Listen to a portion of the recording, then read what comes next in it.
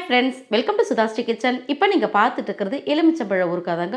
ரொம்ப சூப்பரான அருமையான இந்த எலுமிச்சம்பழ ஊறுகாய் எப்படி செய்கிறது அப்படின்னு வீடியோக்குள்ளே போய் பார்க்கலாம். 5 எலுமிச்சம்பழம் இந்த மாதிரி எடுத்துருக்காங்க. இந்த எலுமிச்சம்பழங்கள் எல்லாத்தையும் சின்ன பீஸாக நம்ம எப்படி கட் பண்ணி எடுத்துகிட்டு வந்துடணுங்க. இந்த மாதிரி குட்டி பீஸாக நம்ம கட் பண்ணி எடுக்கும்போது தான் நமக்கு ஊறுகாவும் நிறையா இருக்க மாதிரி இருக்கும். நம்ம ஊறுறதுக்கு ஈஸியாக இருக்கும். இந்த மாதிரி எல்லாத்தையும் கட் பண்ணி எடுத்துகிட்டு வந்துடலாம்.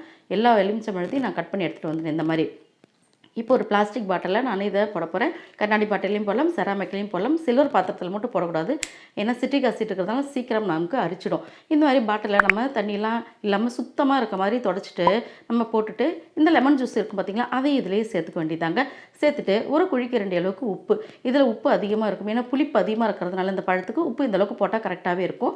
இது எல்லாத்தையும் போட்டுட்டு நல்லா இந்த மாதிரி கலந்து விட்டுருணுங்க. இந்த உப்பானது இந்த எலுமிச்சம்பழத்தில் எல்லா இடத்துலையும் படுற மாதிரி நல்லா கலந்து விடும். ஒரு மூடி வச்சு மூடிட்டு இந்த மாதிரி நம்ம நல்லா குளிக்க எடுத்துடணுங்க. இந்த மாதிரி குளிக்க வச்சுட்டா தான் நல்லாயிருக்கும்.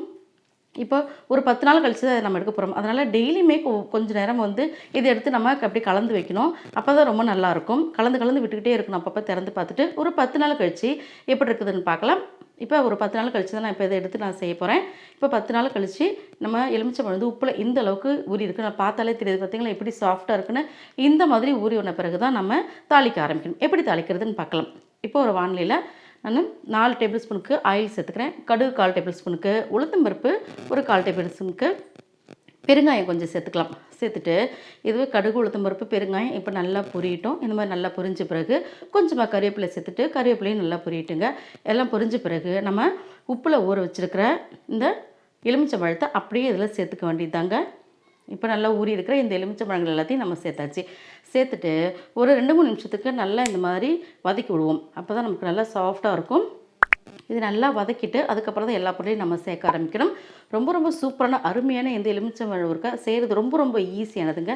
மஞ்சத்தூள் ஒரு 1/2 டேபிள் ஸ்பூனுக்கு, மிளகாய் பொடி ஒரு 2 டேபிள் ஸ்பூன் சேர்த்துக்கலாங்க. சேர்த்துட்டு நல்லா இதை கலந்து விட்டுகிட்டே இருக்கணுங்க. இதில் உப்புலாம் சேர்க்கணும்னு அவசியம் இல்லை. ஏற்கனவே நம்ம உப்பெல்லாம் சேர்த்துருக்கிறதுனால கரெக்டான அளவாகவே இருக்கும். இதில் உப்பு சேர்க்கணும்னு அவசியம் இல்லை. இப்போ நல்லா இந்த மாதிரி வதக்கிட்டே இருக்கணும். இதில் இருக்கிற சதை பகுதியெல்லாம் நல்லா இந்த மாதிரி சாஃப்டாக வெளியே கழண்டு வரும் பார்த்திங்களா, இந்த மாதிரி வர்ற வரைக்கும் நம்ம கலந்து விட்டுக்கிட்டே இருக்கணும். இப்போ நமக்கு எண்ணெய் பிரிஞ்சு வரணும், அதே சமயத்தில் பேனில் ஒட்டாமல் வரணும். அந்த மாதிரி ஸ்டேஜ் வர்ற வரைக்கும் நல்லா கலந்து விட்டுக்கிட்டே இருக்கணும். அப்போ தான் நமக்கு 3 மாதம் ஆனாலுமே நமக்கு இந்த எலுமிச்சம்பழ ஊறுகாய் கெடாமல் சூப்பராக இருக்கும். கர்ட் ரைஸ்க்கெலாம் வச்சு சாப்பிடும்போது அட்டகாசமான காம்பினேஷனில் இருக்கும். இந்த மாதிரி ஊறிட்டே இருக்கிற ஊறுகாய்கள் வீட்டில் இருக்கும்போது குபேர கடாட்சம் இருக்கும் அப்படின்னு சொல்லுவாங்க. நம்மளுடைய எலுமிச்சை ஊறுகாய் இந்த மாதிரி ரெடி ஆகிடுச்சு பாருங்கள்.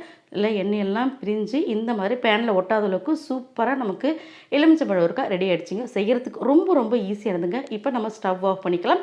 ஸ்டவ் ஆஃப் பண்ணிட்டு நல்லா சூடு ஆறட்டுங்க. சூடு ஆறின பிறகு நல்லா தொடச்சிட்டு தண்ணியெல்லாம் இல்லாத இருக்கிற ஒரு கண்டெய்னரில் நம்ம இந்த மாதிரி ஸ்டோர் பண்ணி வச்சுக்கலாங்க. ரொம்ப சூப்பராக இருக்கும். இப்போ எல்லாத்தையும் நம்ம ரெடி பண்ணி எடுத்துகிட்டு வச்சாச்சுங்க. நம்மளுடைய எலுமிச்சம்பழ ஊறுகாய் ரெடி. உங்களுக்கு அந்த எலுமிச்சம்பழ ஊறுகாய் பிடிச்சிருந்துச்சுன்னா SudhaSri Kitchenக்கு சப்ஸ்கிரைப் பண்ணுங்கள், ஃப்ரெண்ட்ஸ் அண்ட் ரிலேட்டிவ்க்கு ஷேர் பண்ணுங்கள், லைக் பண்ணுங்கள், கமெண்ட் பண்ணுங்கள். ஆரோக்கியமானதை சமைப்போம், ஆனந்தமாக இருப்போம். தேங்க்யூ.